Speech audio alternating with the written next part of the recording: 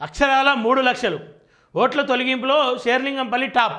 ఆ అసెంబ్లీ సెగ్మెంట్లో ఏకంగా 3,29,828 ఓట్లు గల్లంతు. ఔటర్ లోపల మరో 6 సెగ్మెంట్లలో ఒక్కో దాంట్లో 2 లక్షల పైగా. రాష్ట్రంలో అతిపెద్ద నియోజకవర్గంగా కుత్బుల్లాపూర్ అధికారికంగా ప్రకటించిన ఈసీ ముగిసిన ఎమ్యునేషన్ పారాల సమర్పణ. నేనేమంటా ఉన్నా, దాదాపుగా ఇక్కడ 3 లక్షల అక్షరాలు షేర్లింగంపల్లిలో 3 లక్షల ఓట్ల తొలగింపు జరిగింది కదా. ఒకసారి మనం అక్కడ ఎన్ని ఓట్లతో గెలిచింది షేర్లింగంపల్లి, ఎన్ని ఓట్ల మెజారిటీతో గెలిచింది, మరి ఆ ఓట్ల గెలుపును ఎట్లా మళ్ళీ దాన్ని తొలగిస్తారా? దొంగోట్లతో గెలిచినట్టే కదా అక్కడ. ఒకసారి చూద్దాం, ఇక్కడనే గూగుల్ చేసే ప్రయత్నం చేద్దాం. షేర్లింగంపల్లి ఎన్ని ఓట్ల మెజారిటీతో గెలిచింది. నిజంగానే షేర్లింగంపల్లిలో తొలగించిన ఓట్ల ఉంటే ఆ గెలుపు దొంగ గెలుపు అవుతుందిగా. అరకెప్పుడు గాంధీకి బీఆర్ఎస్కు 1,57,000 ఓట్లు వచ్చినాయి. ఇక్కడ అంటే దాదాపు తొలగించిన ఓట్ల మొత్తం ఓట్లు కలిపిన అన్నీ లేవు కదా. మరి 3 లక్షల ఓట్లు ఎట్లా తొలగించారు? టోటల్ ఓట్స్ ఎన్ని ఉన్నాయంటే 7,32,506 ఓట్లు ఉన్నాయి మొత్తం టోటల్ కాన్స్టిట్యున్సీ. లార్జెస్ట్ కాన్స్టిట్యున్సీ అంట అది. మరి ఇలా 3 లక్షలు పోయినాయి అంటే ఇలా గెలిచిన వాళ్ళందరూ కూడా దొంగోట్లతో గెలిచారని చెప్పేసి ఒక క్లారిటీకి రావాలి. మరి ఆ గెలుపును కొనసాగిస్తారా, మరి దాన్ని పక్కకు పెడతారా అనేది ఒక క్లారిటీ ఇవ్వాలి. ఎందుకంటే 3 లక్షల ఓట్లు అంటే మామూలు ముచ్చట కాదు అది. 3 లక్షల ఓట్లు తొలగించారంటే ఆ గెలుపు దొంగ గెలిపే అని చెప్పేసి ఒక క్లారిటీకి మరి ఈ ప్రభుత్వం రాబోతుందా లేదా అంటే ఇగో మా అంటే ఎంత మెడ్జితో గెలిచిండు? 47,000 దాదాపు 47,000 ఓట్లతో గెలిచిండు. అలా 3 లక్షల ఓట్లు ఓనే పోయినాయి. 3 లక్షల ఓట్లు ఓనే పోయినాయి. ఇక మిగతా ఏంది పరిస్థితి? ఆ ఓటు వేయని వాళ్ళు ఓట్లు వేసి ఆ దొంగ ఓట్లు వేసిన వాళ్ళు ఇదంతా కూడా ఒక క్లారిటీకి తీసి అరకపూడి గాంధీ ఎమ్మెల్యే పదవిని రద్దు చేయాలి, మళ్ళీ ఎలక్షన్లు జరగాలడ. ఎందుకంటే ప్రజాస్వామ్యబద్ధంగా గెలిచిన వాళ్ళని ఖచ్చితంగా అసెంబ్లీలో కూర్చుని పెట్టాలి. కానీ ఇలా దొంగోట్లతో గెలిచిందోళ్ళు ఓడిందోళ్ళు, దొంగోట్లతో గెలిచిందోడు ఓడిందోళ్ళు, అది ఎట్లా నిర్ధారణ చేస్తారు? దానికి రీపోలింగ్ పెట్టాలి, రీఎలక్షన్స్ పెట్టాలి. అప్పుడే వాస్తవాలను, ఎందుకంటే ఇది ఏదైతే అసెంబ్లీ ఎన్నికల్లో దొంగోట్లు పడ్డాయని చెప్పేసి వీళ్ళే చెప్తా ఉన్నారు ఈసీ.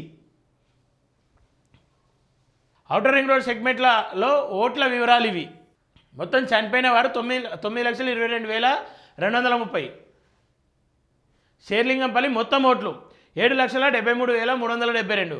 మిగిలినవి 4,43,554 ఓట్లు. తొలగించినవి 3,29,828 ఓట్లు. కుత్బుల్లాపూర్ 7,47,427 ఓట్లు.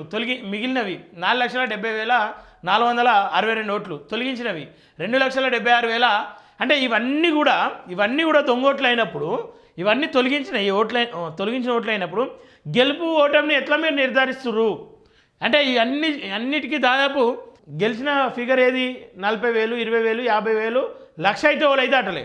ఇక్కడ మినిమం 1,00,000 ఓట్లు తీసేసారు. ఈ 1,00,000 ఓట్లు ఓలకు పడ్డట్టు, మరి ఈ 1,00,000 దొంగోట్లు ఓలకు పడ్డట్టు. చనిపోయిన వాళ్ళని కొంతమందిని తీసేద్దాం,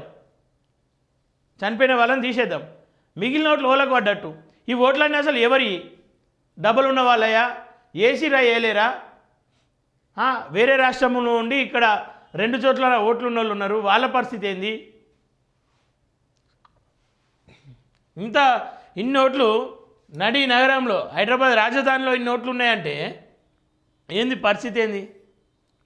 రాష్ట్రంలో చేపట్టిన ప్రత్యేక ఓటర్ల సమగ్ర సవరణ ఎస్ఐఆర్ ఎమ్యూనరేషన్ పారాల సమర్పణ గడువు ముగిసింది. రాష్ట్రంలో ఎస్ఐఆర్ అనంతరం 2.64 కోట్ల మంది ఓటర్లు ఎన్యూమరేషన్ ఫారాలు సమర్పించినట్టుగా ఎన్నికల సంఘం ప్రకటించింది. మొత్తం ఓటర్లు 3.38 కోట్లుగా ఉండగా ఇందులో 78.30% ఓటర్లు ఎమ్యూనరేషన్ ఫారాలు సమర్పించినట్టుగా మరొక 73.39 లక్షల మంది ఓటర్లు ఎమ్యూనరేషన్ ఫారాలు సమర్పించలేదని, వీరు 21.70% ఉన్నట్లుగా ఎన్నికల సంఘం తెలిపింది. తొలగించిన ఓటర్లలో మిగతా 9వ పేజీలో ఉంది. ప్రకాష్ రాజు ఓటు తొలగించారట. ఇక ఈ పరిస్థితి ఉంది, ఇన్ని ఓట్లు ఉన్నాయి, ఇంత నడుస్తుంది.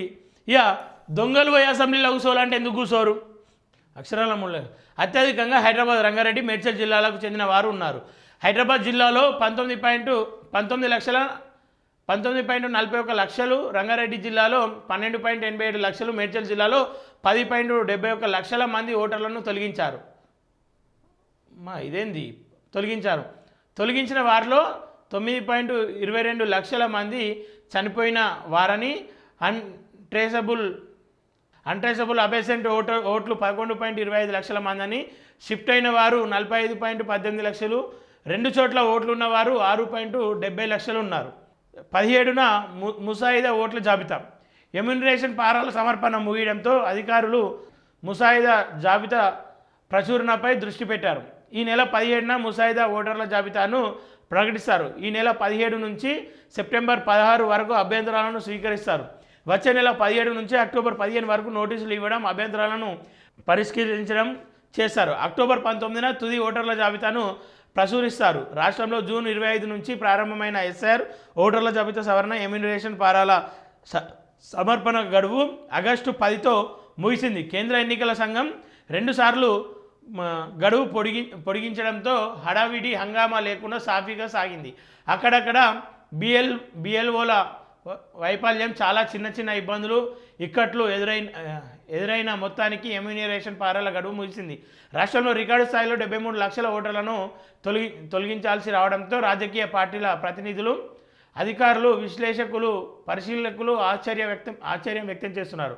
తెలంగాణ కంటే పెద్ద రాష్ట్రంగా ఉన్న ఆంధ్రప్రదేశ్ 41 లక్షల ఓటర్లను మాత్రమే తొలగించగా, ఇక్కడ దాదాపు రెట్టింపు స్థాయిలో ఓట్లను తొలగించారు.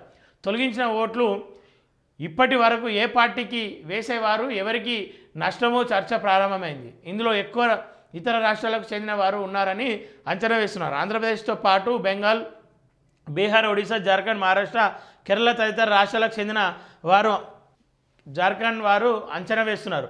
వీరందరూ తమ సొంత రాష్ట్రాల్లో ఓటర్లుగా కొనసాగడానికి మొగ్గు చూపారని, అదే సమయంలో తెలంగాణ ప్రాంతానికి చెందిన వారు తమ సొంత గ్రామాలలో ఓట్లు ఉంచుకోవడానికి మొగ్గు చూపారు. దీంతో 43 లక్షల ఓట్లు హైదరాబాద్ ఔటర్ రింగ్ రోడ్ లోపల తొలగాయని చెప్పేసి చెప్తున్నారు. పెద్ద నియోజకవర్గంగా హైదరాబాద్ నగరం శివారు ప్రాంతాల్లో 7 అసెంబ్లీ నియోజకవర్గాల్లో ఒక్కో దాంట్లో 2 లక్షలకు పైగా ఓట్లు తొలగించారు. ఎస్ఆర్లో అత్యధిక ఓట్లు తొలగించిన నియోజకవర్గంగా షేర్లింగంపల్లి నిలిచింది.